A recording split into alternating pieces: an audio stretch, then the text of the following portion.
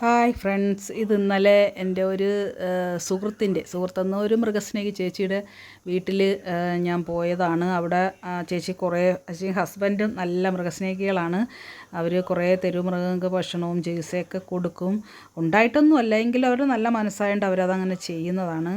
അപ്പോൾ രണ്ടുപേരും വാർദ്ധക്യമായി വയസ്സായി പലതരം രോഗങ്ങളും ഒക്കെ ഉള്ളതാണ്. അപ്പോൾ അവരുടെ ഒരു പട്ടിക്ക് വണ്ടി ഇടിച്ചു, അത് പെനിസൊക്കെ വെളിയിലായി.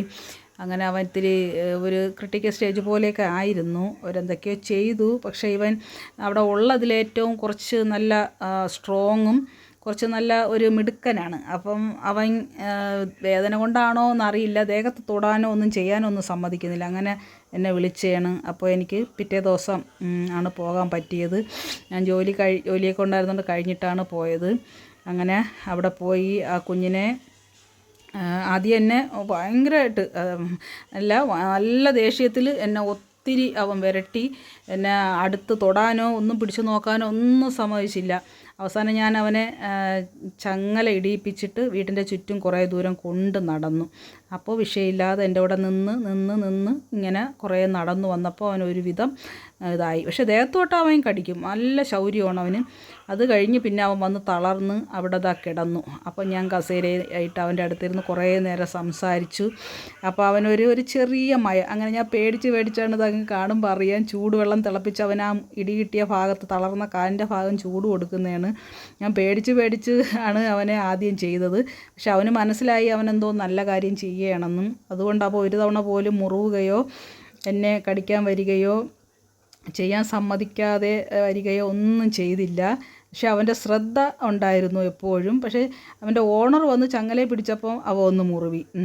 അപ്പോൾ അവന് വേദന ഉണ്ടായിരിക്കും, കാരണം ഇടത് കണ്ണിൻ്റെ കാഴ്ചയും പോയിട്ടുണ്ട്. അപ്പോൾ ആ തലയിലെ ഞരമ്പിനൊക്കെ ക്ഷതം പറ്റിയിട്ടുണ്ട്. അപ്പോൾ ചങ്ങലയെ പിടിക്കുമ്പോൾ കഴുത്ത് വേദന ഉണ്ടായിരിക്കും.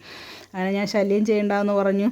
അങ്ങനെ ഞാൻ പിന്നെ ചെയ്തു. പിന്നീട് ലാസ്റ്റ് ആയപ്പോൾ അവൻ സുഖം കൊണ്ടങ്ങ് ഉറങ്ങിപ്പോയി. ചൂടുവെള്ളമൊക്കെ കിട്ടിയപ്പോൾ ഉറങ്ങി. പിന്നെ ഞാൻ നന്നായിട്ട് ചെയ്തു, അത് നല്ല കംഫർട്ടായിട്ട് ചെയ്തു. അതിനുശേഷം അവൻ്റെ ശരീരത്തിൽ ഞാൻ തലോടി തൊട്ടു. അവൻ എന്നെ ഒന്നും കടിക്കാനോ ദേഷ്യഭാവമോ ഒന്നും കാണിച്ചില്ല. നന്നായിട്ട് അവന് നല്ലതാണ് ചെയ്തു എന്നുള്ളത് കൊണ്ട് അവൻ മിണ്ടാതെ കിടന്നു തന്നു. ലാസ്റ്റ് അവൻ അങ്ങ് ഉറങ്ങിപ്പോയി. പിന്നെ നല്ല രീതിയിൽ തന്നെ അവന് ആ വെള്ളം തണുക്കോളം നല്ല തിളച്ച വെള്ളമായിരുന്നു. നല്ല ഫുള്ള് ചൂട് കൊടുക്കാൻ പറ്റി. അപ്പോൾ അവൻ ആശുപത്രിയിലൊന്നും, ഞാൻ പറഞ്ഞല്ലോ, ആശുപത്രിയിലൊന്നും കൊണ്ടുപോയി ട്രീറ്റ്മെൻറ്റൊന്നും കൊടുക്കാൻ പറ്റുന്ന സാമ്പത്തിക സ്ഥിതിയുള്ളവരല്ല. എനിക്കും അതെ. അപ്പം നമുക്ക് ഇങ്ങനെ അറിയാവുന്ന ചെറിയ ചികിത്സകളൊക്കെ ചെയ്യാനേ പറ്റൂ. മുറുവെണ്ണയും അവർ കുറച്ചിട്ടു എന്ന് പറയുന്നു.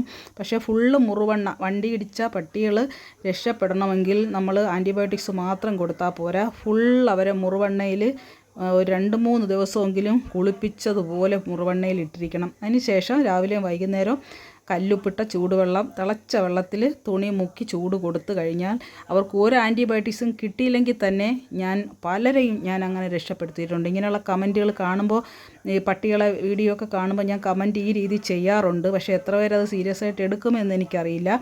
അപ്പോൾ നിങ്ങൾക്ക് ഒരു മരുന്നും വാങ്ങി കൊടുക്കാൻ പറ്റിയില്ലെങ്കിലും ഈ 2 കാര്യം നിങ്ങൾ ചെയ്താൽ ആ പട്ടി നടക്കും. കാല് ക്രോസായി ഒരടി പോലും വെക്കാൻ പറ്റാത്ത ഒരുപാട് വണ്ടി ഇടിച്ച പട്ടികളെ ഡോക്ടർ കൈയൊഴിഞ്ഞ കേസ് വരെ ഉണ്ട്. PFA കൊണ്ട് കൊടുത്തിട്ട് പോലും എന്നെ കൈയൊഴിഞ്ഞ് തിരിച്ചു തന്ന എൻ്റെ ഒരു പട്ടി ഉണ്ടായിരുന്നു. വണ്ടി ഇടിച്ച് തളർന്നിട്ട് കിടന്നുകൊണ്ട് മൂത്രം ഒക്കെ പോകുമായിരുന്നു. അവളെപ്പോലും ഞാൻ ഈ രീതിയിൽ തന്നെയാണ് സുഖപ്പെടുത്തി. പിന്നെയും വർഷങ്ങളോളം നല്ല ഓടിച്ചാടി ജീവിച്ചു. അപ്പം ഇത് എല്ലാവരും ഓർമ്മയിൽ വെച്ചേക്കും.